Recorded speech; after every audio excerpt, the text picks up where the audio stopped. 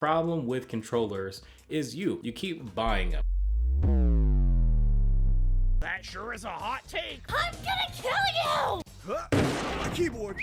It has been 4.5 years since I switched from using controller as my main input method for gaming to keyboard and mouse. And quite frankly, after switching for 2 months without cheating and going back to the controller, I never looked back. Obviously, I still use controller depending on what game I'm playing. Like, I definitely prefer to use controllers for racing games, but for FPS and competitive games, and honestly just my main input method of comfort nowadays, I just find that keyboard and mouse is more comfortable. And not only is it more comfortable, it's also a lot more cost effective than you think. Especially if you use these pro level controllers like we're looking at, like these SCUF controllers and even other brands. Like, it's not just SCUF. Problem with controllers is you keep buying them. And that is the thing. You keep buying these controllers that for the past probably 20 years have been breaking. The thumbstick modules really haven't changed unless you're looking at very specific instances where they start to use Hall effect thumbsticks, similar to the Hall effect keyboards that we've been getting with basically an infinite lifespan until the key goes bad. Thumbsticks are the same thing. If you don't have those Hall effect thumbsticks, after 9 months to a year, your thumbsticks are going to catch thumbstick drift. And that's something that is unavoidable. Quite frankly, back in the Xbox 360, when we all started playing Call of Duty or Halo or whatever multiplayer game that we played at the time, after 9 months of playing the same game basically every day for many hours, the thumbsticks just can't take it. And it doesn't matter who the end game brand is who delivers you the controller, it's always going to happen because it's just the nature of the product. And until that changes, like it's starting to change with those Hall effect switches as opposed to the standard mechanical analog thumbsticks, it's not really going to be any different. If you want to avoid this situation entirely, you're going to have to replace the product. And don't get me wrong, if you are using a regular controller, maybe $60 every year for a controller that you use every single day is not that bad. But as soon as you stop using those regular controllers and you start going up to the higher level things that basically almost the cost of an entire console, you have to start thinking a lot more logically. Does it make sense to keep playing on console? Yes, a console is the cheapest and easiest way to get into gaming without spending $1 million on a PC.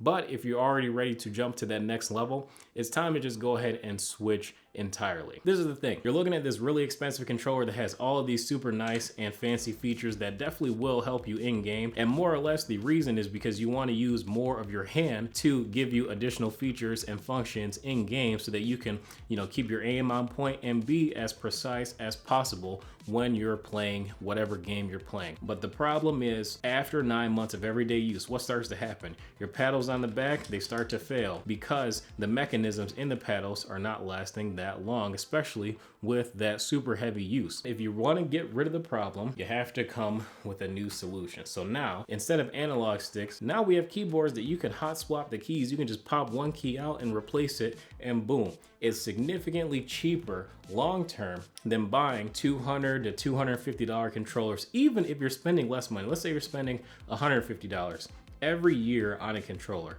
Well, more or less, you could spend that, twice. Let's say you spend $300 total on a new gaming keyboard and a new wireless mouse. Basically, you can spend that $300. It's probably gonna last you minimum 3 years before it starts to give you issues, at least 3 years before your mouse switches and clicks start going bad. If you're using like KL 8.0 switches or Omron switches and things like that, you're looking at minimum 2 to 3 years before any problems start to happen. And then at that point, there's probably some new, better options that you're probably going to upgrade out of desire. Not because your equipment went bad, but you're probably going to upgrade because something shiny and new came out that you're interested in trying. But controllers, on the other hand, there is a much higher chance that you're going to upgrade because something on your controller started to fail. Like if we are taking a look at some controllers from Hex Gaming, these controllers are about $200 for the high-end version, and then you can also go ahead and further customize the controller to get it up to, looks like, nearly $300. So more so just a little bit more than an Xbox Series S on sale, which is usually like $250 or $300 at full price, but they hardly ever are full price. But that's the thing, spending $200+ on a controller. Let's say you're shopping for a regular SCUF Instinct, right? Regular SCUF Instinct, looking at $170. Let's say that we just add it to cart. Let's go ahead and go to our shopping cart. Why didn't it add itself? $13 for shipping. So we're looking at $182 for a new SCUF controller for Xbox in its cheapest form. On Xbox, you have a couple of really nice options that won't cost you an arm and a leg. Like if you're looking at, you know, some Power A controllers, you can get a Fusion Pro 2 for like $80 or maybe even a little bit less. I think I've seen them as low as like $70. For a wired controller that is also got some really nice features. You've also got a $38 enhanced controller with 2 buttons on the back if you want some of the pro features but not all of them. But again, for 38 bucks, really, that's hard to beat, almost impossible. So when we look at PS5 Pro controllers, $220, $210, basically we're looking at about $200-ish or $120-ish for a modded Pro controller. Like on PlayStation, you have a ton fewer options to get modded Pro controllers more or less for a reasonable price. And it's kind of unfortunate because basically everything is going to be a first party Sony controller that is modded, and you don't really have the option like you do with the Xbox controllers to get something completely different from a brand like Power A, where you do have an affordable option for a lot of pro features. But again, if you're looking at $200 to $300 more or less for a SCUF Reflex. If you get the Reflex Pro or the Reflex FPS, they just get really expensive, and more or less it's the same price as a game console. But again, on the PC front, maybe you're really into custom mechanical keyboards, and this is an entirely different rabbit hole that you can spend thousands of dollars on, like literally. But your average custom keyboard, if you get a high-end one, let's say $500 for the board, $200 for the keycaps, $70 to $80 for the switches, you're looking at, you know, $800. Especially if you get like a custom cable, you're looking at like a really expensive rabbit hole. Let's just say that you don't do that. Let's just say that you get your regular, you know, high-end gaming keyboard, you leave it stock. Let's ignore these keycaps that I get, but let's say that this keyboard is stock, right? In its form, for, you know, $200, you got a nice high-end, the fastest gaming keyboard that you can get for $200. Then you look at, you know, a nice wireless mouse. This is the Aerox 3 from SteelSeries, also not my favorite, but it is affordable at like usually somewhere between 50 to 70 bucks you can get one of these. So for the same price or under $300, you can get a really high-end gaming keyboard and a decent mid-range to high-end wireless gaming mouse for about $300. And again, that's gonna last you double before you start to have any issues with your clicks on your mouse buttons or any of the switches going bad on your keyboard.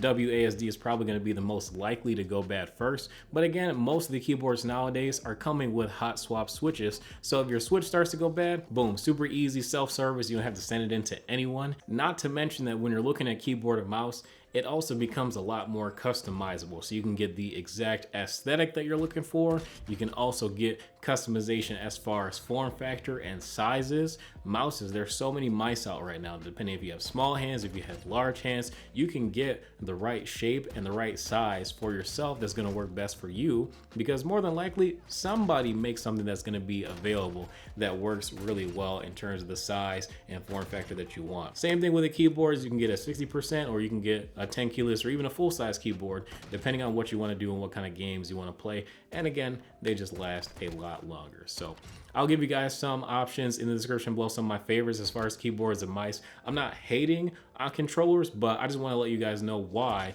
3.5 years ago I switched from keyboard and mouse, and I'm glad that most of the time when I upgrade my keyboards or mice is because I want to see what's new and available as far as new technology or new features and things like that.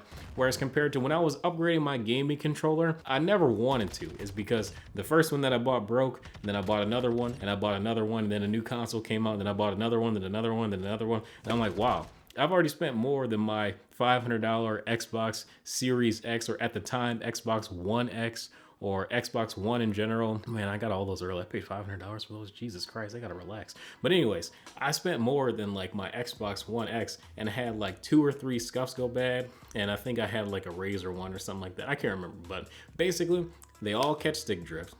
They'll all break at some point, and they cost you an arm and a leg when you least expect it, by the way. That's my little rant on why I switched from keyboard and mouse. I take it back, on why I switched from controller to keyboard and mouse and all the reasoning behind it. Hope hopefully this helps somebody out there. Hopefully somebody heeds my advice and you get, you know, a nice keyboard and mouse for even less than $300. You can get a set of a keyboard and mouse probably 180 bucks. Seriously guys, heavily consider it. If you play games on Xbox or PlayStation that work with keyboard and mouse, save yourself a little bit of cash. And if you're ready to swap to PC, just go ahead and jump in all the way. Switch over to keyboard and mouse. You'll be glad that you did. Thank you guys for watching. If you enjoyed, drop a like, subscribe to the channel if you guys are new, and I'll see you in the next video.